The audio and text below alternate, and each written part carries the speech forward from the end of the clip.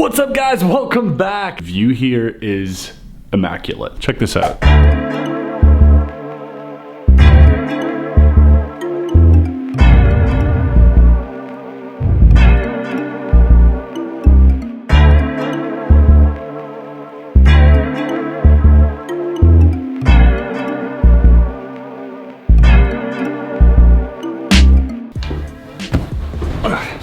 I'm here for the weekend. Toronto International Film Festival is going on. The city is buzzing with like celebrities, new movies, red carpets, parties, and that type of thing. And I got invited this year, just like last year, by Red Velvet Events, good friends of mine, who put on one of the sickest parties in Toronto, the Black Ball. Tonight at 7 p.m., I'm doing a meetup at BRIMMZ in Toronto. So you guys are gonna come enjoy it with me. Let's go.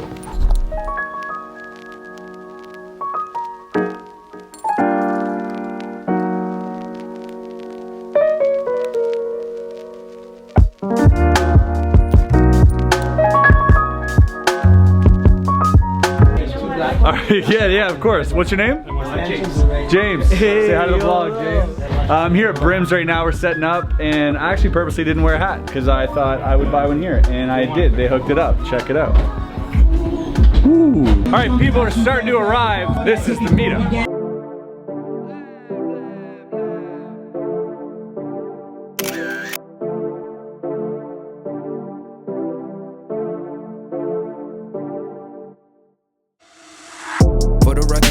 Trying to make y'all comfortable. For the record, you ain't trying to grow, then it's done for you.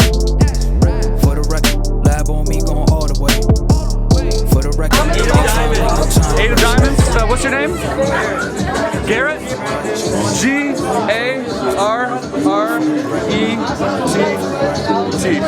For the record, for the record.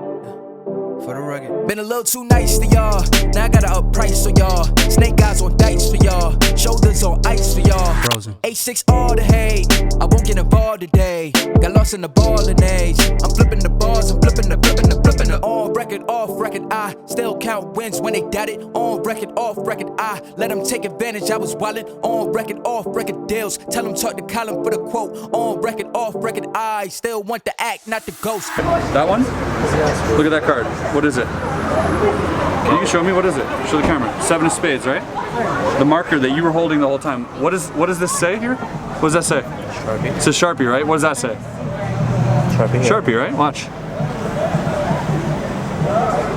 Look. What does that say now? 7 of spades. 7 of spades, look. Tell them talk to Colin for the quote. On record, off record, I still want the act, not the ghost. Running through it with the young influence, adolescent presence, also king of truth. I've been getting yeses when I'm shitting through it. I complete ejected with the loser, and I'm barely moving, but I'm still gon' boost them. I can't work on winnings when I know you're losing, so I want the winnings and it for the deuces. Guess I had to pivot, shooting up bazookas for the facts. I need racks, pick cash, bucket tax. That's a joke. Tell them laugh, Uncle Sam, fuck out the bag. Brody plot, but get a whack. Contract, give me the max. I got lab on my back. You ain't that, then it's raps. Whoa. For the record, I'm done trying to make y'all comfortable. For the record, you ain't trying to grow, then it's done for you.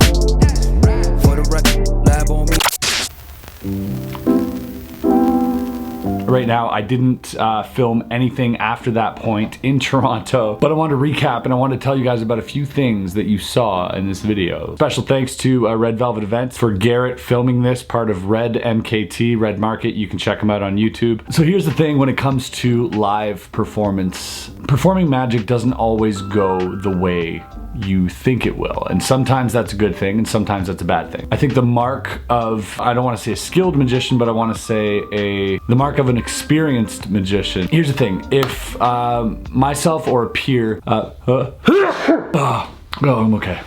Performing magic has its moments. A lot of times, especially people getting into magic, ask me, what if a trick goes wrong? Even lay people ask me that. Here's the short answer to that, is that no one knows what you're doing. No one knows where I'm going with my performance.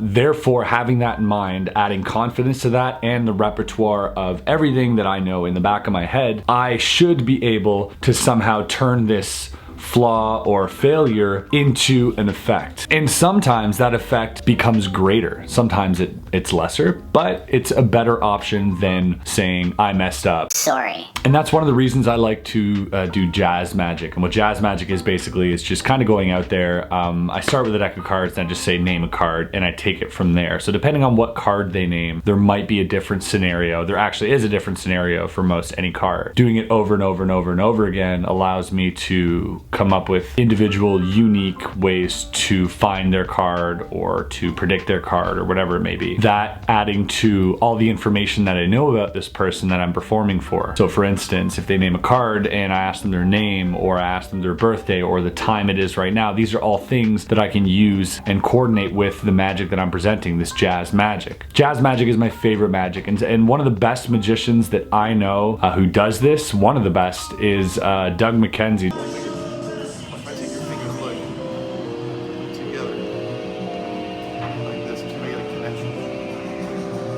You're getting a call from here. Look, answer it. Let's get the connection. Answer it. Yo, make sure you're connected.